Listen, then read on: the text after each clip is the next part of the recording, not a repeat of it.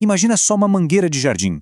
Sabe quando a gente aperta bem a ponta e a pressão da água dispara? Pois é, essa é literalmente a melhor metáfora para começar nossa análise de hoje sobre um dos maiores mistérios médicos da atualidade, a famosa pressão alta. Mas a grande sacada aqui é: será que a hipertensão é de fato a raiz do problema? Ou a gente está apenas olhando para a consequência, para o sintoma de uma mangueira que está sendo espremida lá do outro lado do nosso organismo? Isso traz a gente direto para aquela pergunta de US$ 1 milhão. A pressão alta é uma doença por si só ou só um sintoma de algo maior? Para desvendar esse mistério, vamos dar uma olhada bem de perto nas descobertas fascinantes do Dr. Lai Ribeiro.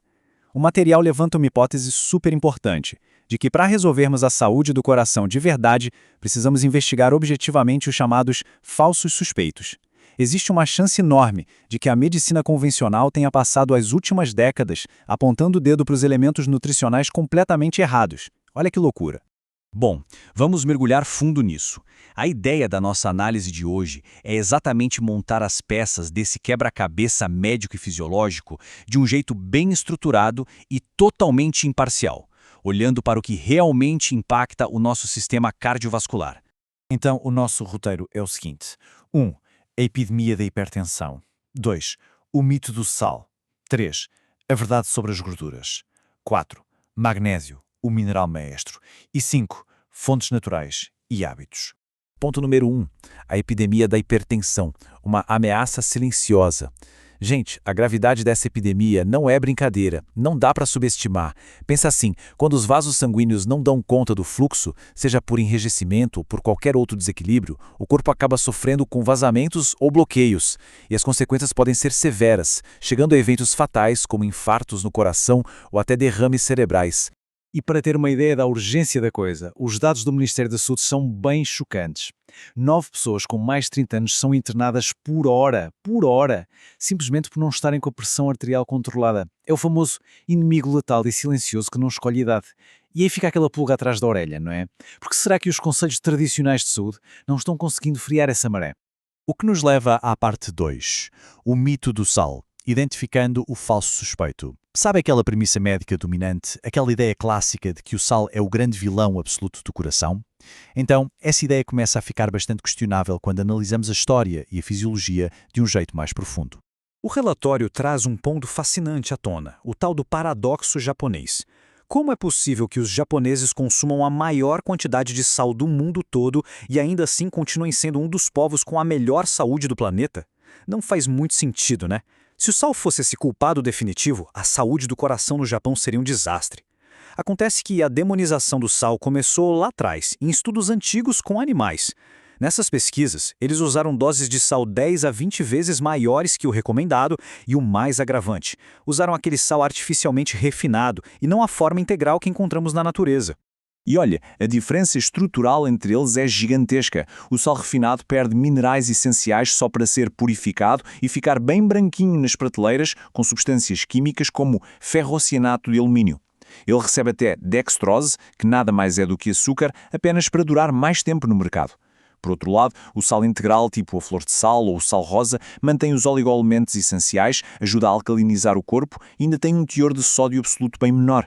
Fatores cruciais para a homeostase, que é justamente o equilíbrio do corpo para regular a própria pressão. E os dados corroboram totalmente essa visão. O relatório aponta para a gigante revisão Cochrane, que englobou nada menos que 25 anos de estudos clínicos. A conclusão: dietas com baixo teor de sal reduzem a pressão em insignificantes 1,27 milímetros de mercúrio. É uma queda quase que irrelevante. E mais alarmante ainda, restringir o sal de forma indiscriminada pode ser super perigoso para diabéticos tipo 2 e ainda dificultar os processos de desintoxicação natural do organismo. Passando para a parte 3, a verdade sobre as gorduras. Um erro histórico. Foi justamente esse medo irracional da gordura natural que escancarou a porta para a invasão dos chamados óleos vegetais nas cozinhas do mundo todo. Agora, pensem só nisso. A palavra canola nem sequer é o nome de uma planta. É uma sigla para Canadian Oil Low Acid. Esse óleo vem da colza, que é uma planta originalmente tóxica. Ele é modificado geneticamente e superprocessado. Quando aquecido, torna-se uma gordura que promove uma inflamação tremenda no corpo, ficando muito, mas muito longe de ser o escudo protetor para o coração que prometeram para a gente por anos. A linha do tempo desse desastre nutricional começou na década de 50. O fisiologista Ancel Keys publicou um estudo usando dados que ele basicamente escolheu a dedo para colocar a culpa nas gorduras. E o que é que aconteceu? A gordura foi removida dos alimentos, mas para não deixar os produtos com gosto de papelão, a indústria injetou açúcar e carboidratos refinados em excesso. O resultado a gente vê hoje, esse salto global e epidémico absurdo na obesidade e nas doenças crónicas. Parte 4. Magnésio, o mineral maestro. E isso traz a gente para a peça que faltava no quebra-cabeça. O grande herói negligenciado desta história toda. Esse componente ilustra brilhantemente a tese de que a hipertensão não é a doença em si, mas um sintoma de um corpo que está completamente faminto por nutrientes essenciais. O relatório define o magnésio literalmente como o maestro do nosso organismo. Porquê? Porque ele coordena 3 minerais vitais: o sódio, o potássio e, sobretudo, o cálcio. Sem esse maestro em ação, o cálcio perde o rumo. Em vez de ir para os ossos e deixá-los fortes, o cálcio passeia pela corrente sanguínea e vai-se depositando nas artérias. Isso enrijece os vasos e acaba criando a própria pressão alta. O corpo precisa de uma proporção super exata de 1:1 entre cálcio e magnésio. Mas aí vem a grande questão. Por que falta tanto magnésio nas pessoas hoje em dia? O número 28 revela quem é o verdadeiro vilão moderno. É um dado de cair o queixo que está no documento. Para digerir apenas uma única molécula de glicose, o nosso corpo precisa gastar e sacrificar 28 átomos de magnésio. É muito gasto, gente. Ou seja, o estilo de vida contemporâneo atua como um verdadeiro ralo para esse mineral vital. Carboidratos e açúcares em excesso lideram essa drenagem toda. Mas eles não estão sozinhos. Um sono de má qualidade e a constante exposição à luz azul à noite impedem a reposição no organismo. Adicione a isso o stress crónico, que libera altos níveis de cortisol, um hormônio que simplesmente devora o magnésio, além da exposição a metais pesados e o que temos, uma população inteira andando por aí com os vasos sanguíneos desprotegidos e tensos. O que nos traz ao número 5. Fontes naturais e hábitos. A prescrição. Agora que a gente já sabe quem são os falsos culpados e qual é o grande mineral que está em falta, fica muito mais fácil buscar ajustes práticos, não é? E tudo embasado nas fontes da própria natureza. Para começar a recuperar o equilíbrio cardiovascular, a gente tem que olhar para o prato. Vegetais de cor verde escura são minas de ouro para o nosso maestro mineral. O espinafre, por exemplo, entrega notáveis 83 mg por porção de 100 gramas. Uma atitude super simples e altamente recomendada é incluir de 5 ou 6 nozes todos os dias. Só isso já dá um suporte robusto para o funcionamento elétrico do coração. Mas calma, que também tem espaço para surpresas deliciosas nessas recomendações. Uma das fontes de proteção cardíaca mais potentes que existem é o cacau. O limite sugerido é de até 60 gramas de chocolate por dia. Só que tem uma regra inegociável aqui.